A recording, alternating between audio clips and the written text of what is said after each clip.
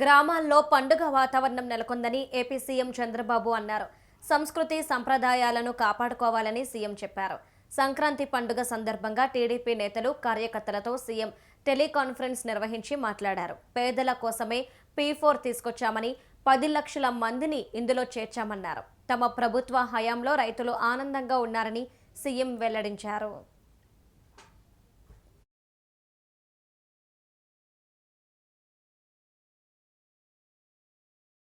మనం ఎక్కడి నుంచి వచ్చామో ఆ రూట్స్ని మర్చిపోకూడదనే ఉద్దేశంతో ఆ రోజు మా ఫ్యామిలీ అంతా కూడా రావడానికి ఒక నిర్ణయం చేసి అక్కడి నుంచి ప్రారంభించారు. అంతవరకు వచ్చేవాళ్ళు కానీ ఇలాంటి ఒక ఆలోచన విధానంలోనే మార్పు తీసుకొచ్చే విధంగా శ్రీకారం చుట్టారు. ఎందుకంటే నేను ముఖ్యమంత్రిగా ఉండడం,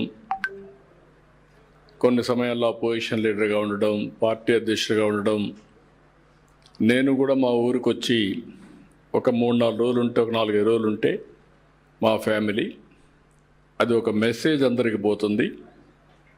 గడిచిన 5 సంవత్సరాల నుంచి చాలామంది మేము చాలాసార్లు వచ్చాం, కానీ చాలామంది రావడం కూడా భయపడ్డారు. అలాంటి సందర్భాలు కూడా చూసాం. ఇప్పుడు మళ్ళీ ఈ సంవత్సరం అయితే ఎక్కడికక్కడ చాలా ఉత్సాహంగా వచ్చారు. ఈ కార్యక్రమం యొక్క ముఖ్యమైన ఉద్దేశం, మనం పుట్టిన ప్రాంతం మన జన్మభూమి. ఈ జన్మభూమిని ఎవరు కూడా మర్చిపోవడానికి వీలు లేదు.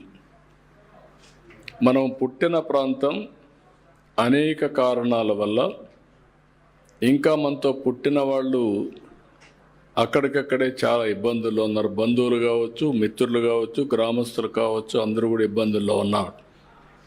అలాంటి సమయంలో మనకు తోచిన విధంగా మనం కూడా అసోసియేట్ అయ్యి, కొంతమంది ఏమీ చేయలేకపోయినా వచ్చిపోతే ఒక నమ్మకం వస్తుంది. చేయగలిగిన వాడు సహాయం చేస్తే ఇటీవల కాలంలో అదే పిలిపించాం P4.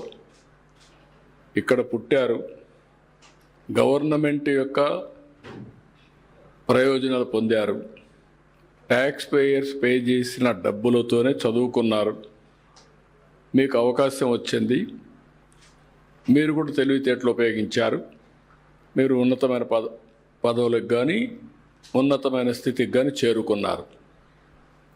కానీ మనతో పుట్టిన వాళ్ళు ఇంకా ఆ ఊరిలో ఇంకా వెనుకబడుతూనే ఉన్నారు. మెరుగైన జీవన ప్రమాణాలు లేవు. అందుకే నేను పిలిపించింది ఒకటి P4, public private people's partnership.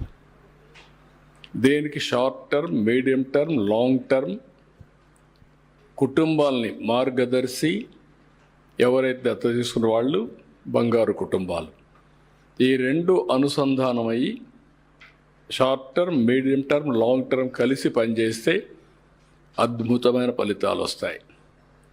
ఈ మధ్య ఆర్థిక అసమానతలు పెరుగుతున్నాయి.